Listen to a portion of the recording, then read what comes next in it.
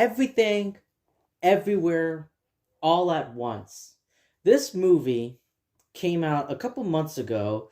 Let me look up the release date here. It came out in March 25th. March 25th, my mom's birthday, a day after. For those of you who don't know, I don't think I've actually said this, but yeah, my birthday is the 24th, March 24th.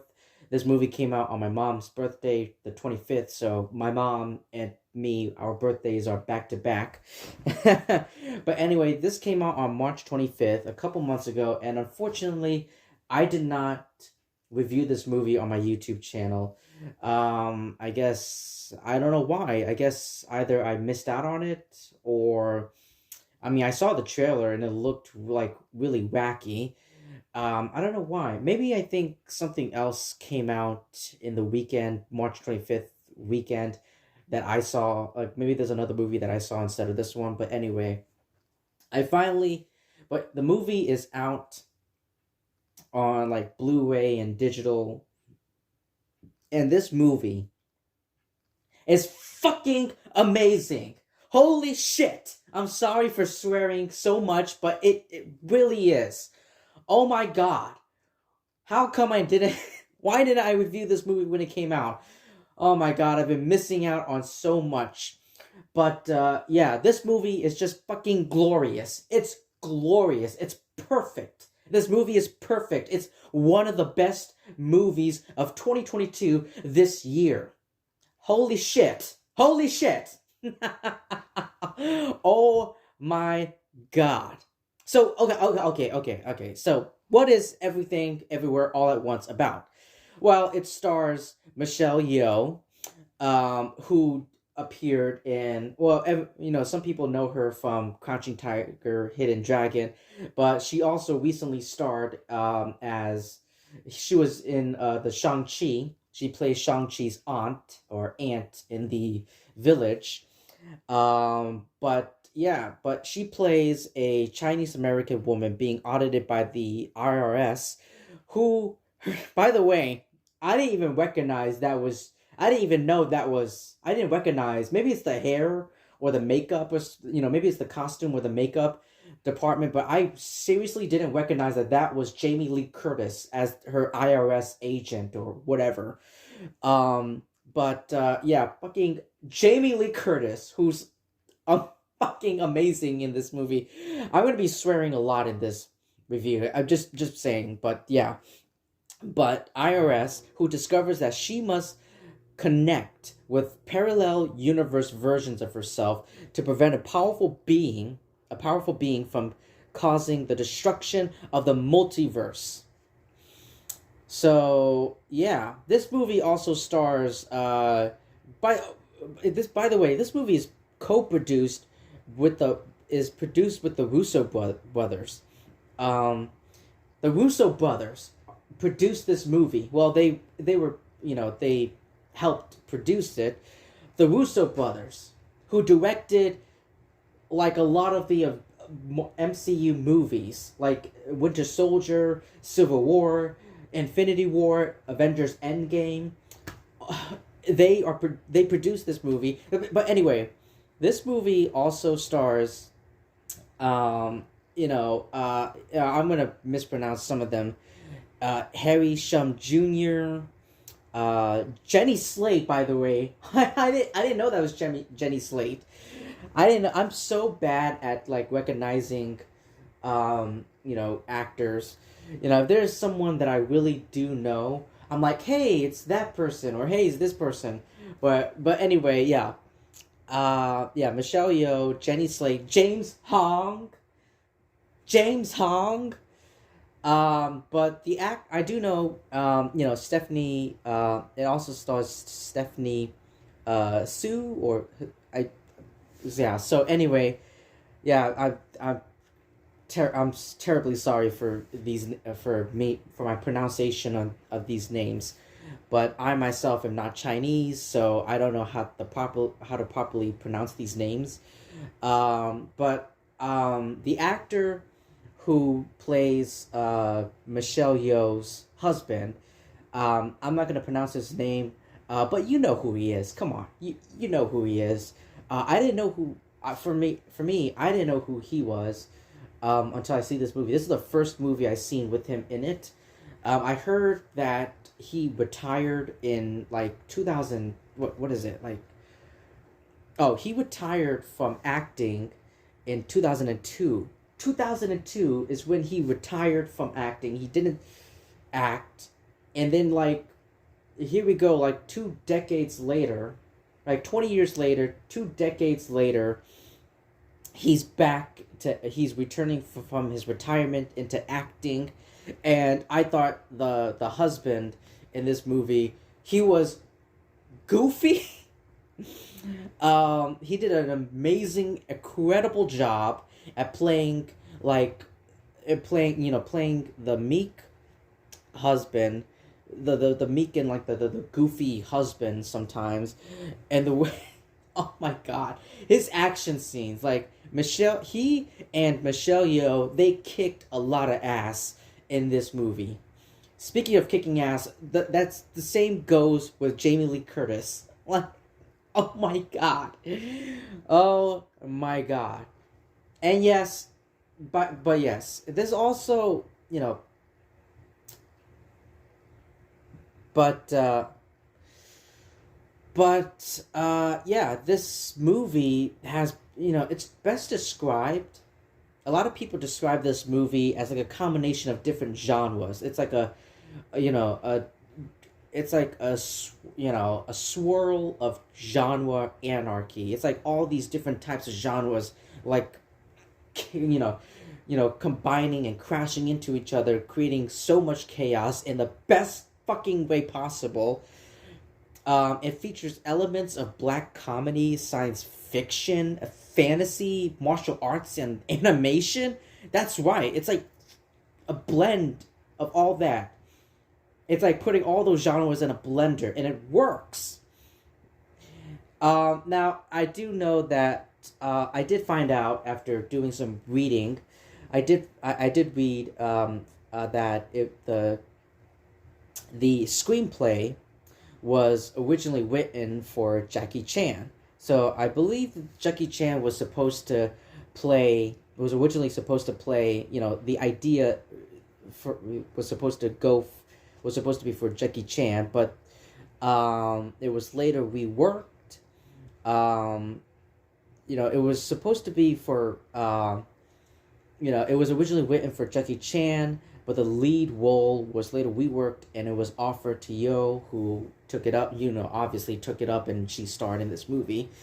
But yeah, I just loved, the imagination and the clever imagination and the brilliance behind the direction, and Michelle Yeoh's performance in this is amazing. It's incredible. And the way the directors and like everyone who's involved with this movie handled like the crews and all that, they handle the themes of like different types like of beliefs like existentialism, nihilism, and Asian American identity. Yeah, this is now A24's highest grossing film domestically and worldwide. And yes, ladies and gentlemen, strap in, because I will be talking about not only the movie itself, but also I'm going to be talking about the movie itself, and then I'm going to switch over to the themes. This movie has a lot of themes that I feel like it's best to, for me to explain it to you. So yeah. So A24 is best known for like,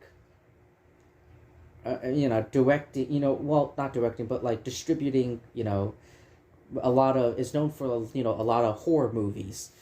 But this is like they're like going in a different route, and I think it's amazing. It's amazing. The movie itself, it truly, like, it lives up to its name. Like, it is everything. And it is happening everywhere. And it's all happening at once. Like, this movie includes some of the most outlandish and ridiculous stupid concepts, and they somehow made it work.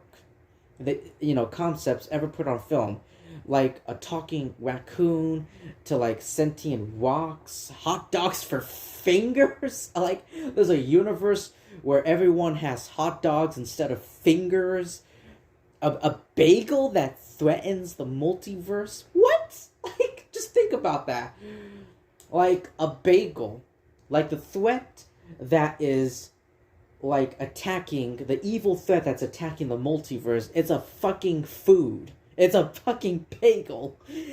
A bagel threatens the multiverse in awards shaped like a butt plug that like these two guys try to like jump on top of to like so that they can time jump or whatever it's called.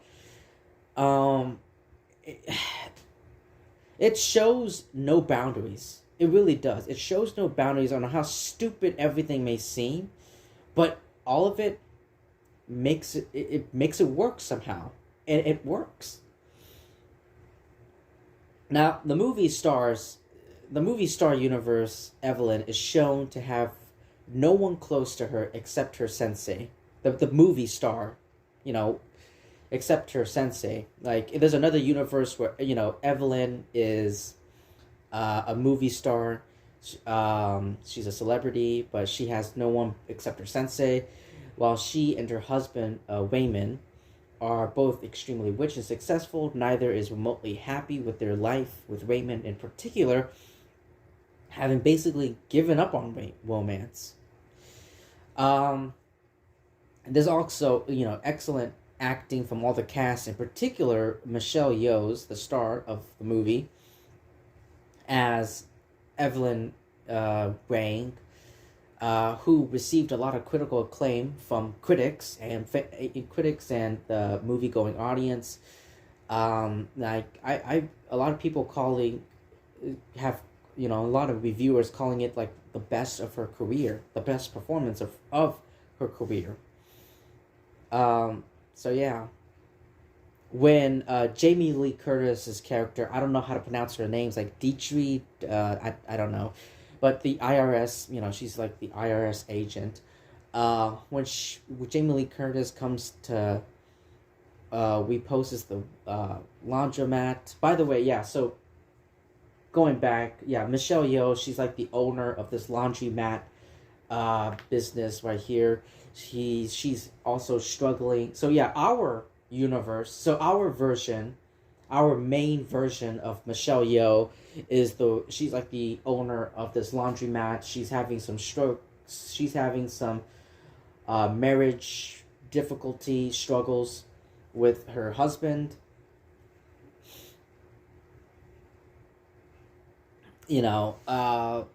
Wayman, talks her out of it simply by sharing some information on their current situation, including that he and Evelyn are currently getting divorced. But she gives them, but Jamie Lee Curtis, excuse me, not only gives them an extra week, but takes the time to commiserate with Evelyn over it.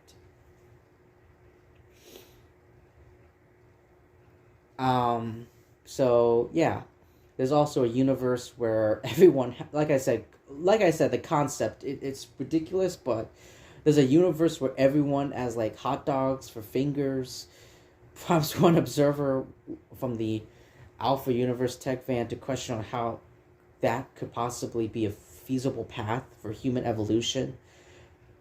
And there's also which prompts a cut hundreds of thousands of years ago, where a group of hot dog fingered proto-humans are beating a normal fingered proto-human to death. So like this is like back in the Stone Age. So Stone Age. It reminds me a lot of 2001: A Space Odyssey, when this movie when in that universe where everyone has hot dogs for fingers, in that universe when they flash back to the past, we saw like a bunch of monkeys with like hot dogs for fingers. They were beating a regular sized, a regular fingered monkey, like proto-human, to death. yeah, it reminded me a lot of 2001: A Space Odyssey. It also pays. This movie also pays a homage to pop culture. I'll give you an example. Evelyn's explanation of the multiverse to her family involves her insistence that Ratatouille was actually a film about a cooking raccoon called Raccacoonie. Despite being tied up, Joy finds it actually pretty funny, while Wayman happily says, I like that movie.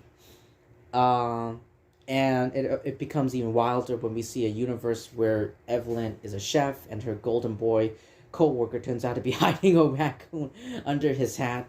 Who that actor, going back, Harry Shum Jr., I believe that's how you pronounce his name. I was like, I looked at his face and I was like, I recognize that guy. He's from somewhere. Oh yeah, he's from Glee. Like, I looked up his filmography. Yeah, he's from Glee. Like, oh my god, yeah, I thought it was the yeah, but yeah, but in that helping him save Raccacoonie from an animal control becomes a key part of winning. This movie also has an awesome soundtrack by Sun Lux. Is that how you pronounce the name? And also, this movie also has a perfect pacing that's not too fast, but also not too slow. It's like a very even amount. There is no getting boring. There is no point in this movie where I felt bored. It has a perfect pacing. Everything flows, and all of its characters are relatable and even likable too. The actress who plays the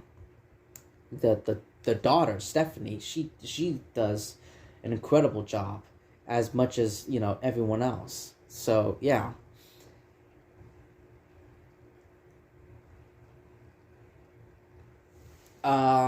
So yeah, everything, everywhere, all at once incorporates elements from a number of genres, as I mentioned at the beginning of my review of this video, including black comedy, science fiction, fantasy, martial arts, film, martial arts, and animation. It's like it's like this movie is a bittersweet, like, domestic drama. It's like all of this.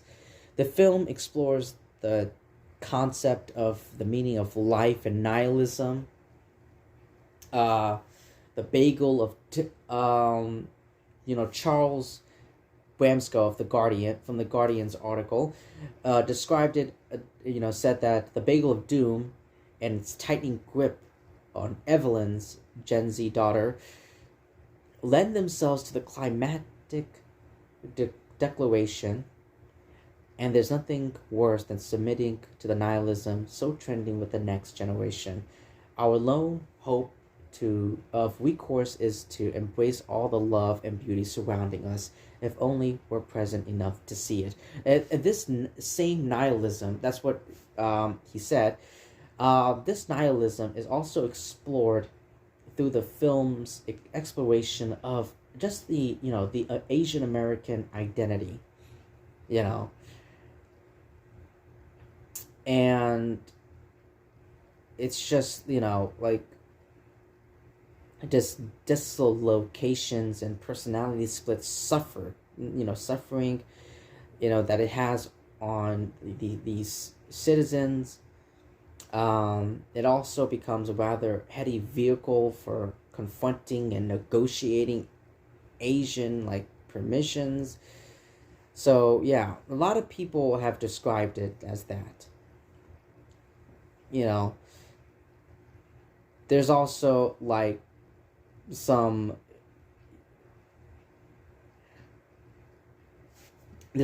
some textuality and metatextuality with the real world of the viewer. Critics have noted that one version of Evelyn is a famous martial arts movie star is a portrayal of Yo herself, and that Ki Hua Kwan's the actor who, I'm sorry about the name, but the actor who plays the husband, experienced as a stunt coordinator, is a maid diegetic use in his characters, the husband's characters, fight scenes, and that James Hong's transformation into a more sinister and English fluent, um, strategist is very, there is parallels to his character in, character Lopan in Big Trouble in Little China, which James Hong also starred in. But yeah, those are just examples of themes that I've noticed, and not just me, but a lot of critics and people who've actually stopped and really thought about the symbolism and the metaphors and all of the thematics elements with the film, with this film, and we all have our different views of what this movie is trying to tell, the hidden messages that this movie is trying to tell to us, the audience. But yeah, I think this movie is like one of the best movies of 2022, and it's so unfortunate that I didn't get a chance to review this movie when it first came out. I've missed out on so much. I apologize for that, but I saw it. I finally saw it. I finally saw Everything Everywhere All at Once, and it is fucking glorious. It's amazing. It's gonna be on my list. I don't like making lists. I never make top 10 lists because everyone's making it. Everyone makes their own top 10 list. Why would I put my name on that? Why would I add myself to that list? But if I did make a top 10 list, it would be on the list for now. For now, I mean, we're like in the middle of the year. There's like dozens of movies that's coming out later in the back half of 2022, and they could be better than Everything Everywhere All at Once, but this is like one of the best. So if you've seen Everything Everywhere All at Once, let me know what you thought about it in the comment section below. Thank you so much for taking your time to listening to my review. Please like, comment, subscribe, and also I want to know if there's any themes, metaphors, symbolisms, anything else that that you've noticed, that you picked up, that I didn't pick up from this film. Put that in the comment section below. I love to read it in the comment section. But yeah, thank you so much for taking your time, and I will see all of you lovely people really soon.